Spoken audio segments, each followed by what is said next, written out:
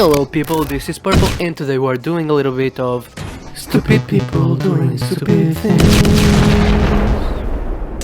About the people who are doing this so-called chase money glitch, in which they pretty much try to take money from a company whose old business model is just being good with money, you know, like not letting people steal from you. Yeah, GTA San Andreas or GTA 5 or whatever, bug, glitch, code, no, it's just fraud, it's a crime. People go to jail and suffer more consequences besides that because they do this. The glitch is pretty much like this. You can write a check to yourself, write whatever number you want on there, like add a couple zeros, you know, and then go deposit that check on an ATM after working hours. So there's no bank teller, there's no people who are going to verify your check. You are pretty much the only one who knows what's on the check and if it's real. And since the bank's processes after a certain time and during the weekends are mostly automated, like they don't have a person verifying stuff, they have like some issues. They can't do everything that a human can do.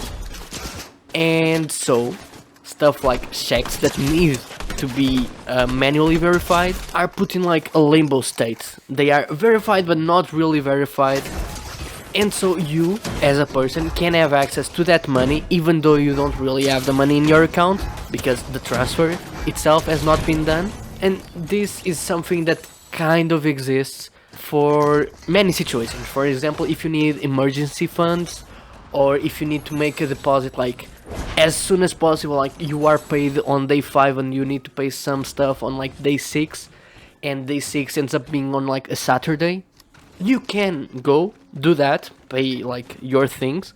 The transfer won't be verified but it will be there like as a transfer, and then when it's verified you won't like be called out for like not paying in time. And so this creates like a period of time in which you can have access to the money but the money isn't really there. So people, what they are doing is they are depositing that check at the time where it cannot be verified, and then they are pulling the money of the check out. This means that they are getting money that's not only doesn't belong to them, but often isn't even real. You know, the money is not coming from another account, it's coming from nowhere. And so what ends up happening is when the next working hours come by, the bank looks at it and goes, oh, this check isn't real, like it doesn't work, like this check hasn't gone through, we need to take back their money. And so people are getting absurd negative balances because people are asking it for it. Like this is quite literally the asking for it thing. People, they do this with absolutely massive amounts of money, which is already like a big no-no. Like if you are going to try to do something like this, I would not recommend you do it at all. Like I think it's a terrible idea to try to steal money from a bank because banks are very serious about their money. But if you are going to try to do something like this, at least try to like have a little bit of use your head and be like, try with something smaller, and then at most you can say, oh sorry, that was a mistake. Like maybe like that you can get out scot-free. Test stuff, okay? Like don't just ask for 50k. That's insane. That's beyond a felony, you know. You are getting so screwed. As I said, this is by design. Stuff is like this because it needs to be like this. It is meant to be dependent on an honor system. And I don't know, I just think that Americans, like the people of the US, do not understand what an honor system is. Like that's probably why people can't like leave their phone on the table when they go to pay at the restaurant, or when they go to the bathroom they need to take their wallet with them, shit like that, you know. Because when I'm at a restaurant or a cafe, if I see a fucking wallet on top of a table that's not mine, my first thought isn't, oh, the owner isn't there, let's go and take all of their money. Like, that's not my thought. My thought is, that wallet belongs to someone else, I'm not going to touch it, you know. Like, it's not a free money glitch for me to go and grab someone else's wallet. It's not a free money glitch to go to like Walmart and like take the money out of the register and just say, free money, it's mine now. That's not how it works, and you should know that. You can make shit up, but you won't get money because it's not real, you know. So, at the end of the day, This is a glitch, let's say it, not really of the bank, but of the people's heads. Like, this is wild. And by the way, we are talking again about doing fraud against a bank. Banks do not like that, okay? I've said this like 3 times already in the 5 minutes I've been recording. Banks do not like fraud. Banks do not like you to steal from them. So what will they do? They will take these people to court. Not only will they take these people to court, these banks are absolutely going to be talking to every other bank, to every other credit whatever organization, and they are going to make it so that these people who are making these crimes, doing these like check kiting stuff, cannot ever again get a fucking bank account. They cannot get another credit. Like, their credit will never go up because they won't be able to get credit. They won't be able to get a banking account. They won't be able to get a checking account. These people are screwed, and that's not just monetarily, like being unable to use the services of a bank, because yeah, banks are good, but they are not everything. But yeah, nowadays employers will look at your credit history. They also will do a fucking background check very often, especially if you are like working in a place that's going to give you a decent amount of money, or if your job like revolves around money, about touching money, you know, like being at a fucking register in a shop. Like, the fact that you will have committed monetary crime, like a crime around money, will make it so fucking hard for you to get any sort of good job. Like, that's so stupid, bro. Why? And so the only thing I can say is these people are pretty much right now, they are going to be paying, they are going to be serving time, they are going to be unbankable, and they are going to be unemployable. This is not just a case of being unemployed, it's a case of being unemployable. These are people who are probably not going to be able to get a good job. At most they are going to be like working reposition or whatever in like a fucking store. These are people who are not even going to be allowed to have money related positions in a job. This is something so stupid and so small that people are doing so much shit to their own life. I honestly, I don't know if I should feel sorry or just point and laugh. The stupidity is hilarious. Like, I'm sorry, I gotta laugh at that. That's stupid. Like, for people to think that a bank would allow a money glitch to exist. At the same time, I'm kind of feeling pity for those people. Like, if you are stupid at this point, I think you kind of deserve like a little bit of a handout, you know, like people this stupid, I don't think they would be able to get a job otherwise.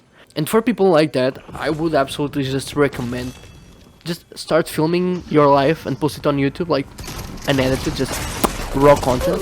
Maybe a couple dozen people will start watching you. Maybe you'll have like a viral moment and you might eventually be able to monetize. And let me tell you, the money I haven't made on this channel is incredible. And if you can monetize, I'm going to be so glad for you. I mean, will you? Now that I think about it, don't you need like a bank account for YouTube money, like to go into? I think you need a bank account for the transfer. I'm going to look it up and like post the thing on the video, but I think you do. I don't think these people can even become a fucking YouTuber. That's how bad their lives are ruined. You know, like when you can't even try to have online success and monetize that, you know your life is fucked. Like, what the fuck are you even doing at this point? There, as by the way, now a little bit on a different tone, there has also been some people who have been saying that this is probably not as serious as it's being made to look like. It's very likely that some of these people actually have used stuff like inspect element to change the way that their bank accounts look just for the videos and haven't actually done the fraud. You know, just looks like they did fraud, but they actually haven't. They just changed some numbers, changed some words. Because yeah, I've seen a couple of videos of people who were like saying that they did that. I think I kind of agree with this. I think that's probably like thousands of people talking about it. Well, a couple dozen people maybe did it. Hello people, this is Editing Purple and I'm kinda hippie. I'm probably sick. I think I got a cold last night, so I'm sorry for that. And when I was like finishing the search for material to edit into the video, like pictures and news sources and stuff, I found out it's not just a couple dozen people doing the fraud and like the internet doing its job and making stuff out to be bigger than it really is by like having comedy accounts, and just random people pretend to have done the crime. But apparently, in reality, even the Wall Street Journal came out recently saying that thousands of incidents were being reviewed and investigated by Chase Bank. I got this from NBC News, and even they said in their own article that this couldn't be confirmed, but the news source came out apparently, so there's that. Also, there are reports of the bank accounts of the people responsible for the check kiting being blocked within 24 hours of doing the fraud, so that's okay too. And yeah, dumb people were doing stupid things and now they are like being punished for it, so yeah, bye. And by the way, these people like if you delete the account after you do the fraud, it's going to be okay. Like, it's not you have used your ID, you have like your social security or whatever, I don't really know how American banking works, is associated with your account. You have identifier stuff on your account.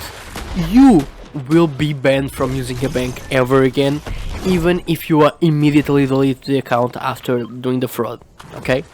The bank will know anyways.